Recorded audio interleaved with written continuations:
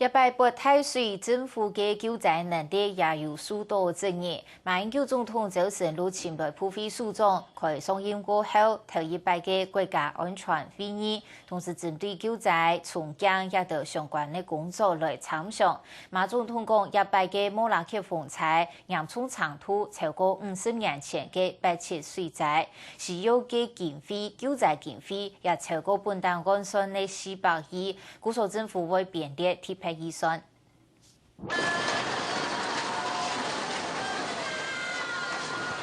莫拉克风灾让向南台湾造成事件，今日拄好系满日礼拜咧，救灾提前日在启动中，还有100个嘅民众唔伫地那位，政府嘅救灾内图，两家世界上开始有了容了。今天呢，我决定以国家安全会议主席的身份，召开上任以来第一次国家安全会议。因为这次的灾难呢，已经必须要以全国总动员的方式来做好这个救灾、安置与重建的工作，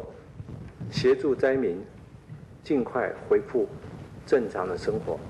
在后提前日，马总统总算召开上任过后嘅第一摆国安会议，目的在后发生嘅体育事件经必召开会议。面对国家也下面临到安泰嘅灾难，马政府嘅反应系咩添慢咧？小林村遭到这个淹埋的民众数字有可能达到380人，也就是说，如果把这个380人加上已知的100多人的话，那